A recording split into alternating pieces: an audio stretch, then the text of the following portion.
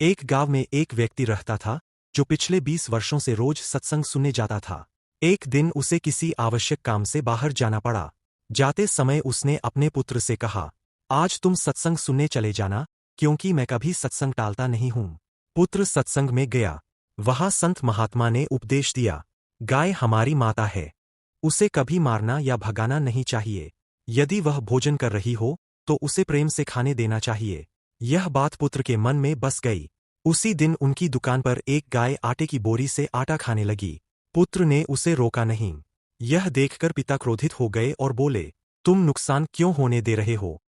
पुत्र ने शांत स्वर में कहा, पिताजी, सत्संग में यही सिखाया गया है कि गाय को भोजन देना चाहिए, पीटना नहीं।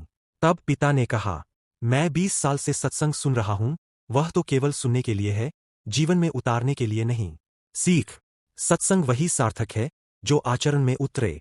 जो उसे अपना ले वही सच्चा सत्संगी होता है। एक सुनहरी सुबह समुद्र के किनारे एक नन्हा बच्चा रेत में खेल रहा था। खेलते खेलते उसने अपने भोले मन से रेत का एक छोटा सा शिवलिंग बना दिया। उसे पूजा के नियम नहीं आते थे, लेकिन उसके दिल में सच्ची श्रद्धा थी। उसने पास का पानी लिया और प्रेम से उस शिवलिंग पर जल अर्पित कर दिया। उसी क्षण उस मासूम भक्ति से महादेव प्रसन्न हो गए। कहा जाता है कि भोलेनाथ स्वयं वहां पधारे और उस स्थान पर अपनी कृपा बरसा दी। क्योंकि शिव को न विधि चाहिए न वैभव, उन्हें तो बस एक निर्मल और सच्चा मन ही चाहिए। एक गांव में एक गरीब किसान रहता था। उसके पास ज्यादा जमीन नहीं थी, लेकिन उसका मन भक्ति से भरा हुआ था। वह रोज सुबह खेत पर जाने से पहले भगवान का नाम लेकर धरती को प्रणाम करता। फसल कम होती थी, फिर भी वह कभी शिकायत नहीं करता। एक दिन उसने अपनी थोड़ी सी फसल मंदिर में दान कर दी। भगवान उसकी सच्ची भक्ति से प्रसन्न हो गए। किसान के जीवन में शांति और विश्वास भर गया। सीख, सच्ची भक्ति दिल से होती है, धन से नहीं। एक दिन एक चरवाहा बहुत सारी बकरियों को लेकर जंगल में चराने गया। सभी बकरियां घास और पत्तियां खाने लगीं। उन्हीं में से एक बकरी को हरे भरे पेड़ पौधे बहुत पसंद आ गए और वह वहीं रुक गई। चरवाहा आगे निकल गया और देखते देखते शाम हो गई। अकेली बकरी डर गई और सोचने लगी कि आज रात कोई लोमड़ी या जंगली जानवर उसे खा जाएगा। तभी उसे सामने नदी दिखाई दिए। उसका मन थोड़ा शांत हुआ। उसने सोचा, जो होगा देखा जाएगा, पहले पानी पी लेती हूँ। वह पास के पानी के स्रोत पर गई। जैसे ही उसने पानी में देखा, उसे वहां एक बहुत बड़ा और शक्तिशाली पंजा दिखाई दिया। वह पंजा किसी महान शक्ति का प्रतीक लग रहा था। तभी वहां एक भेड़िया आ गया और बकरी को खाने के लिए आगे बढ़ा। बकरी ने साहस करके कहा, तुमने यह पंजा देखा है न? पंजे को देखकर भेड़िया डर गया और वहां से भाग गया। इसके बाद जो भी शक्तिशाली जानवर उसे डराने आता, बकरी उसी पंजे की ओर इशारा कर देती और सभी डरकर चले जाते। कुछ समय बाद जंगल का राजा शेर दहाड़ता हुआ वहां आया। बकरी ने उससे भी कहा, तुमने यह पंजा देखा है न? शेर मुस्कुराया और बोला, यह पंजा मेरा ही है। तुमने मेरे पंजे के भरोसे सबको डराया है, इसलिए आज से मैं तुम्हें वचन देता हूं कि इस जंगल में तुम्हें कोई भी नुकसान नहीं पहुंचा सकता। तुम्हारा कोई बाल भी बाका नहीं कर सकता। यह सुनकर बकरी निडर और निश्चिंत हो गई। इस कहानी से हमें यह सीख मिलती है कि जिस प्रकार उस बकरी ने महान शक्ति पर भरोसा रखा, उसी प्रकार जब हम भगवान के चरणों में पूरी श्रद्धा से समर्पित हो जाते हैं, तो संसार की कोई भी शक्ति हमारा कुछ नहीं बिगाड़ सकती। प्रयागराज में एक अत्यंत धनवान और धर्मपरायण सेठ रहते थे।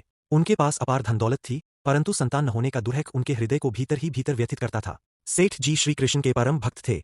एक दिन उन्होंने निश्चय किया कि वे श्री कुंज बिहारी जी का एक भव्य मंदिर बनवाएंगे। मंदिर का निर्माण कराकर उन्होंने पूरे विधि विधान से श्री कुंज बिहारी जी को वहां स्थापित किया और श्रद्धा से कहा, हे प्रभु, आज से आप ही मेरे पुत्र हैं। इसके बाद सेठ जी उसी भाव से श्री कुंज बिहारी जी की सेवा करने लगे जैसे कोई पिता अपने पुत्र की करता है। उनका सारा धन, वैभव और संपत्ति भगवान की सेवा, साधु संतों और निर्धनों के भोजन में लगने लगी। एक दिन एक व्यक्ति ने सेठ जी से पूछा, आपकी कोई संतान नहीं है, फिर यह सारा धन दौलत किसका होगा? सेठ जी शांत स्वर में बोले, मेरा पुत्र कुंज बिहारी है, यह सब उसी का है। वह व्यक्ति फिर बोला, और आपकी मृत्यु के बाद आपका अंतिम संस्कार कौन करेगा? सेठ जी ने दृढ़ विश्वास से उत्तर दिया, मेरा पुत्र श्री कुंज बिहारी ही मेरा अंतिम संस्कार करेगा। कुछ समय बाद सेठ जी का देहांत हो गया। जब उनकी अर्थी श्मशान की ओर ले जाई जा रही थी, तभी मार्ग में अनेक बच्चे रोते हुए आ गए। अब हमें कौन भोजन देगा? हमारा पालन पोषण कौन करेगा? उन्हीं में से एक छोटा बालक सेठ की अर्थी को पकड़कर जोर जोर से रोने लगा और छोड़ने को तैयार नहीं हुआ। लोगों ने कहा, इस बच्चे का कोई नहीं है, क्यों न इसी से सेठ का अंतिम संस्कार कराया जाए। उसी बालक के हाथों सेठ का अंतिम संस्कार किया गया। जब गंगा जी में अस्थियों का विसर्जन हो रहा था और सभी लोग डुबकी लगा रहे थे, तभी वह बालक अचानक अदृश्य हो गया। सभी इधर उधर खोजने लगे, बच्चा कहाँ गया, बच्चा कहाँ गया। तभी सबको स्मरण हुआ, श्री कुंज बिहारी जी का मंदिर। सभी दौड़कर मंदिर पहुंचे और वहां जो दृश्य देखा, उसे देखकर सब स्तब्ध रह गए। श्री कुंज बिहारी जी गीले वस्त्रों में विराजमान थे, मानो अभी अभी गंगा स्नान करके आए हों। जो भगवान को सच्चे मन से अपना मान ले, भगवान भी उसे कभी अकेला नहीं छोड़ते।